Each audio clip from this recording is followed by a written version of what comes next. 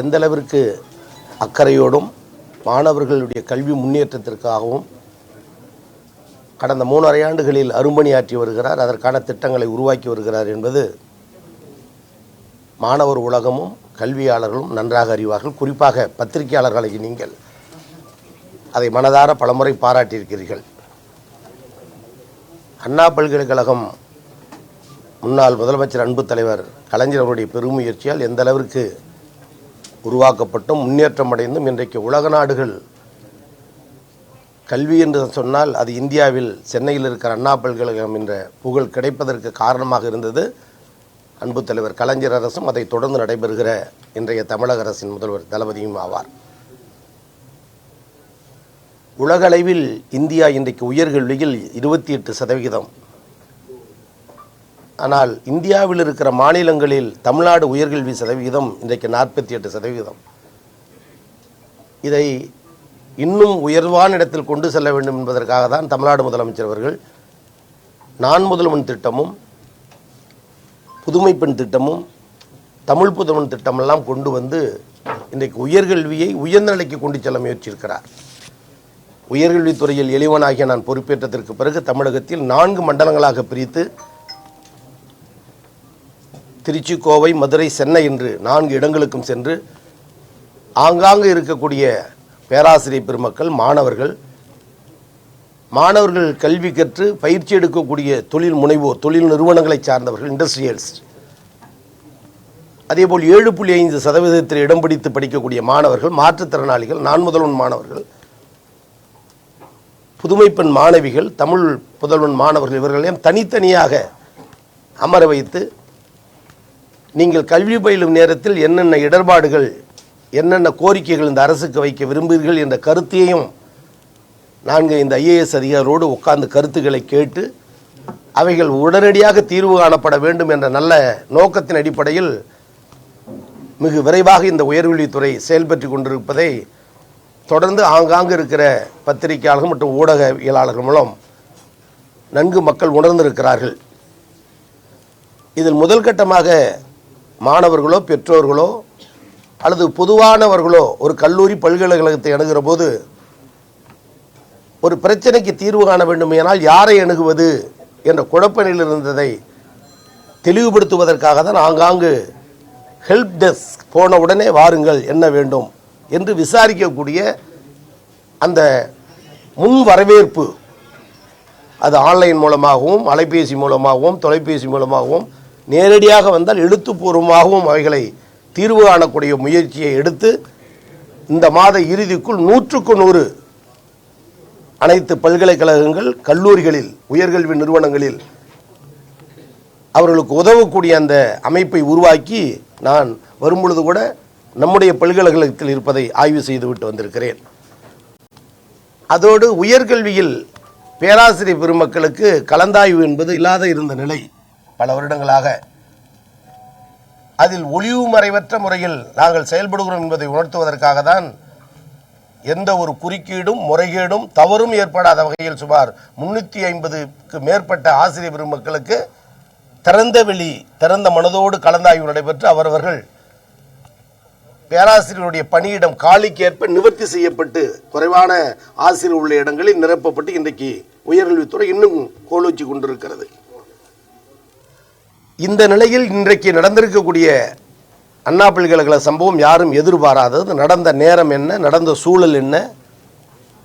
நம்முடைய ஒரு பல்கலைக்கழக மாணவி ஒரு ஆண் நண்பரோடு பேசி கொண்டிருந்த நேரத்தில் தகாத நபர் விரும்பாத காரியத்தை செய்ததனுடைய விளைவு 23ஆம் தேதி நடந்த சம்பவம். 25ஆம் தேதி அந்த மாணவி புகார் மணி அளிக்கப்பட்டதற்கு பிறகு உரிய நடவடிக்கை எடுத்து புகார் மணி பெற்ற குறுகிய நேரத்திலேயே அந்த நபரும் கைது செய்யப்பட்டு இன்றைக்கு விசாரணை தொடரப்பட்டு கொண்டிருக்கிறது. ஒவ்வொரு பல்கலைக்கழகத்திலும் கல்லூரியிலும் பெண்களுக்குரிய பாலியல் குற்றச்சாட்டை விசாரிக்கிறதுக்கான போஸ் கமிட்டி அமைக்கப்பட்டிருக்கிறது. அவைகளுக்கு புகார் கொடுத்தாலும் விசாரிப்பார்கள், அல்லது இந்த குழுவை சார்ந்தவர்கள் மாணவ மாணவிகளை கண்காணிக்க அவருடைய நடவடிக்கைகளில் செயல்பாடுகளில் நீங்களாகவே ஏதேனும் ஐயம் கொண்டால் அவர்கள் அழைத்து பேசுங்கள், அவர்களுக்கு கவுன்சிலிங் கொடுங்கள் என்பன போன்ற கருத்துக்களை எல்லாம் நாங்கள் அந்த குழுவுக்கு வலியுறுத்தி இருக்கிறோம். அந்த வகையில் அண்ணா பல்கலைக்கழகத்தில் நடந்த அந்த குழுவுக்குரிய கருத்து வரவில்லை என்பதும் எங்களுக்கு கிடைத்த சங்கடமான ஒரு செய்தி. காவல்துறைக்கு புகார் மனு போனதற்கு பிறகு புரிகிறது, பல்கலைக்கழகம் அதற்கு முழு ஒத்துழைப்பு தருகிறது. பதிவாளர் சொல்லுகிறார், துறையின் அமைச்சர் என்ற முறையில் நானும் அந்த காவல்துறையுடைய நடவடிக்கை முழு ஒத்துழைப்பு தருவோம் என்று சொல்லுகிறோம். கைது செய்யப்பட்டிருக்கிறார், விசாரணை தொடர்கிறது. இதற்கிடையில் மகளிர் தேசிய ஆணையம் அந்த வழக்கின் உள்நுழைந்து நாங்கள் விசாரிக்க முற்படுகிறோம் என்று சொல்லியிருக்கிறார்கள். அதற்கும் தமிழக அரசும் நம்முடைய பல்கலைக்கழக நிர்வாகம் உயர்கல்வித்துறையும் முழு ஒத்துழைப்பு தரும். ஏனால் எந்த ஒரு மாணவன் மாணவியும் பாதிக்கப்படக்கூடாது என்பதில் கவனமாக இருக்கிற முதலமைச்சர் நம்முடைய முதலமைச்சர். இந்த நிலையில் இதை அரசியலாக்க இருக்கிறார்கள் என்று எண்ணுகிற போதுதான் ஊடகத்தில் அது பரவலாக்கப்பட்டு விட்டது. எனவே இது பல்கலைக்கழக விவகாரம், மாணவ மாணவியர் நலன் குறித்த விவகாரம். சட்டம் தன் கையில் எடுத்து குற்றவாளியை கைது செய்து விசாரணை நடந்து கொண்டிருக்கிற சூழலில் இதை எந்த நிலையிலும் தமிழக அரசோ நாங்களோ அரசியலாக்கி ஆதாய தர வேண்டிய சூழல் இல்லை. ஒன்றும் கிடைக்காதவர்கள் செய்கிற அந்த அரசியல் தேடலுக்கு, அரசியல் தீனிக்கு இந்த மாணவனுடைய பிரச்சனையை நாங்கள் இரையாக்க விரும்பவில்லை.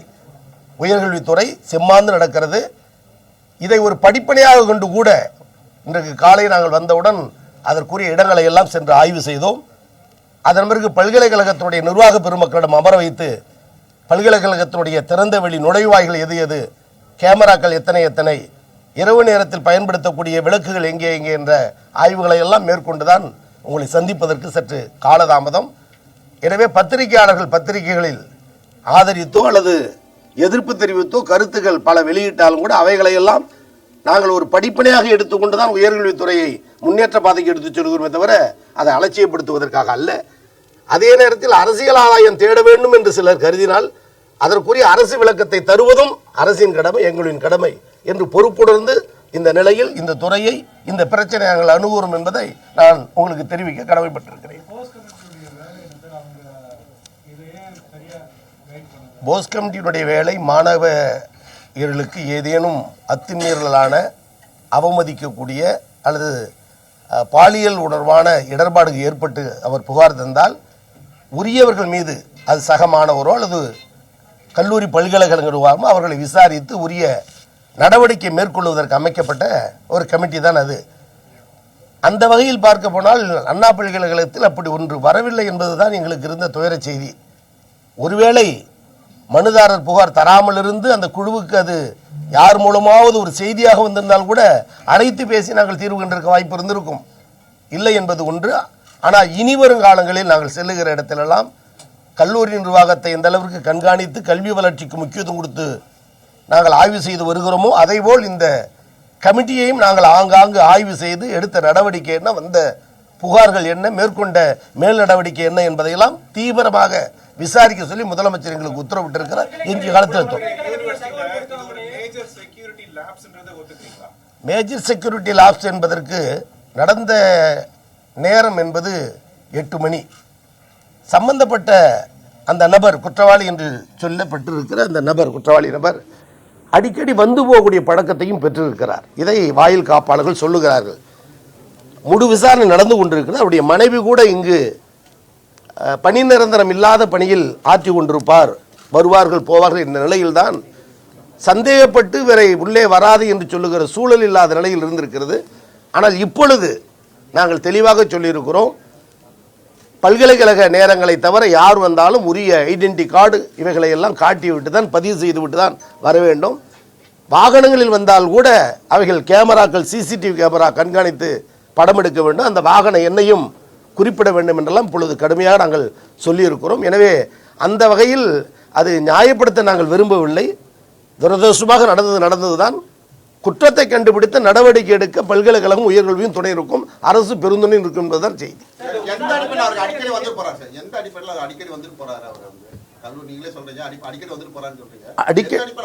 அடிக்கடி வந்து போகிறாருங்கிற செய்தி நீங்களே சொல்லுகிற வார்த்தை என்பதை சகோதரர் சொன்ன காரணத்தால் பயன்படுத்துகிற வார்த்தை.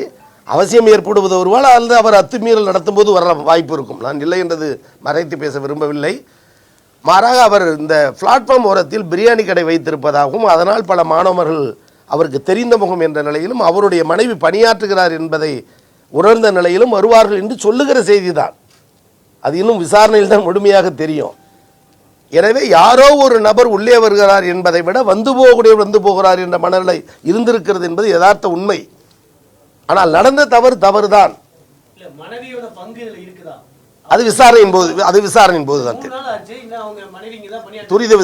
துரித விசாரணை நடக்கிறது. விசாரணை இல்லை, அதாவது நீங்கள் ஒன்று நான் சொல்லுகிற செய்தி எங்களுக்கு கிடைத்திருக்கிற ஆவணம் காவல்துறையினுடைய விசாரணையிலும் மூக்க நுழைத்து அதிகம் பெறப்பட்டு அது பேச முடியாத ஒரு சூழல்.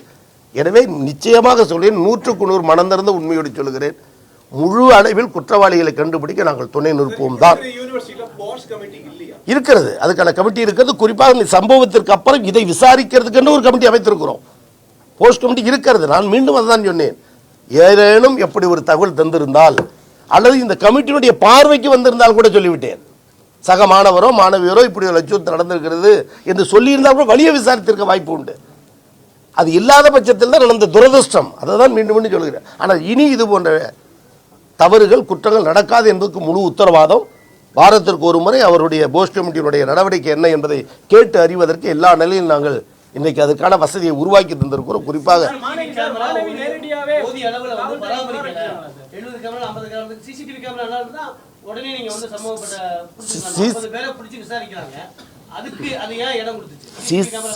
சிசிடிவி கேமரா நுழைவாயிலும் மாணவ மாணவியர் விடுதியிலும் தங்கி சாப்பிடக்கூடிய அந்த உணவகத்திலும் சாலைகளிலும் பெரும்பாலும் பொருத்தப்பட்டு 100க்கு 80% சரிவரதான் இருக்கிறது. 10-20 குறைபாடுகள் உண்டு. ஆனால் சம்பவம் நடந்த இடம் சிசிடிவி கேமரா உட்படுத்தப்படாத ஒரு முட்புதர் போன்ற பகுதி. அவைகளெல்லாம் இன்றைக்கு 2 தினங்களாக குறிப்பாக காலை முதல் அகற்றுவதற்கும், எந்த இடமும் இருட்டாக இருக்கிறது என்ற நிலை இருக்கக்கூடாது என்பதற்கு அனைத்து இடங்களிலும் விளக்குகளை பொருத்துவதற்கு துரித நடவடிக்கை எடுத்திருக்கோம். 2-3 தினங்களிலே அது முழுமையடை செய்யப்படும் என்பதையும் தெரிவித்துக் கொள்கிறேன். ஆக நீங்கள் கேட்டது அந்த தவறு நடந்த இடத்துக்குரிய சிசிடிவி கேமரா இல்லைதான். ஆனால் வருகிற பாதை, போகிற பாதை, விடுதி, உணவகம், மெயின் பார்வைகள் எல்லாம் இருக்கிறது. அதில் 10% சரியில்லாமல் கூட இருந்திருக்கும். அவைகளை சரி செய்யப்படும்.